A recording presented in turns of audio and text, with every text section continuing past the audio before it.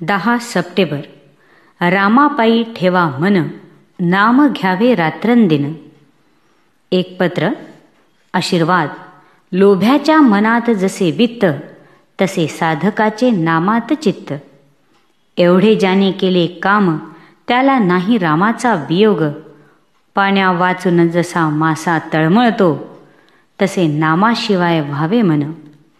एक मानावी आज्ञा प्रमाण, नाही याहून दुसरे साधन जाण. साधनाच्या अटाअटी, नाही देह करू कष्टी. रामापायी ठेवा मन, नाम घ्यावे रात्रंदिन. रामा वाचून नाही कोणी सखा, त्याला नाही कोठे धोका. नामाचे चिंतन, भगवंताचे ध्यान, गुरु आज्ञा प्रमाण, तीच गुरुपुत्राची आहे खूण.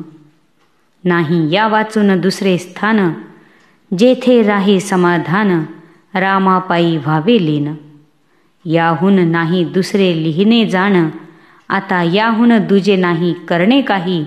असा भाव ज्याने ठेविला हृदयी, त्यास राम नाही राहिला दूर. नामाविन न मानावे हित, त्यानेच जोडेल भगवंत.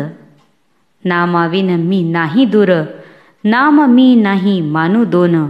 नामाविन मला नाही पाहू कोठे, नामातच मी भेटे असे जाणावे. प्रपंचात सुख दुःख नाही मानत जाऊ, आपल्या सकट प्रपंच रामाला करून घ्यावे अर्पण.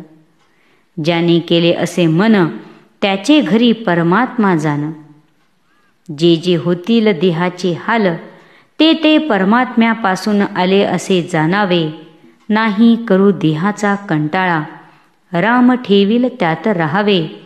आनंदात सासरी जावे, राम ठेवील तेथे राहावे समाधानात. नाही करू काळजीला, मी नाही सोडले तुला. विघ्नेही कोणास येतात, तर जो मीपणाने काम करतो त्यास.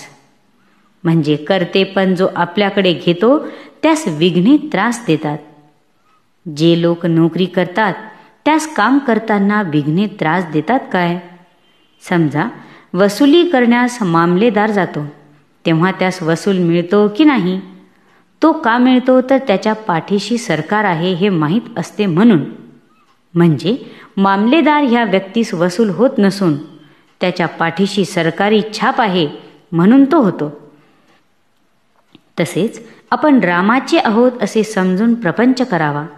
कोणतेही काम करायचे ते आपण करीत नसून, तोच आपल्याकडून करवीत आहे या भावनेने केले, म्हणजे विघ्ने आपणास काही करीत नाही. विघ्ने आली तरी त्यातच आपण राम पाहावा. विघ्नेच रामरूप केली म्हणजे ती आपणास बाधत नाही.